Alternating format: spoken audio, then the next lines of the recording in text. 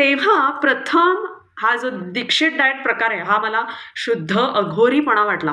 बापरे! फक्त 2दाच जेवायचं, बाकी अधेमध्ये काहीच खायचं नाही आणि माझं पोट तर असं अधेमध्ये खाऊनच भरलेलं असायचं.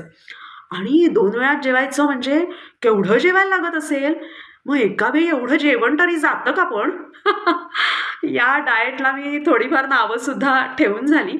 पण साधारण त्याच सुमारास माझे ना विचारांचे प्रयोग सुद्धा खूप जोरात चालू होते. मग त्यामुळे म्हटलं, की उगाच डाएट न करता त्याला का नावं ठेवायची? आणि म्हणून सुरुवातीला YouTubeवर मी डॉक्टर दीक्षित असं सर्च केलं. तिथे त्यांच्या जे व्याख्यानांचे व्हिडिओज होते ते पाहिले. त्यांचं विनासायास वेट लॉस हे एक पुस्तक आहे, ते पण वाचलं.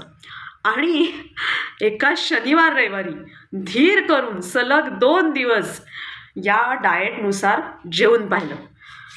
छे! फारच अवघड वाटलं. पण त्या 2च दिवसात तुम्हाला खरं सांगू का, मला तसं हलकं वाटलं. पण 2च वेळा जेवणं मला खरं सांगायचं तर अवघड वाटायला लागलं. मग मी म्हटलं, की ठीक आहे, आपल्याला 2च वेळा जेवणं अवघड वाटतंय, तर आपण 3 वेळा समाधानकारक आणि पोटभर जेवून बघूया. तशी सुरुवात करूया आणि त्यामुळे सकाळी नाश्ता, दुपारचं जेवण आणि रात्रीचं जेवण असं 3 वेळा जेवायला मी सुरुवात केली.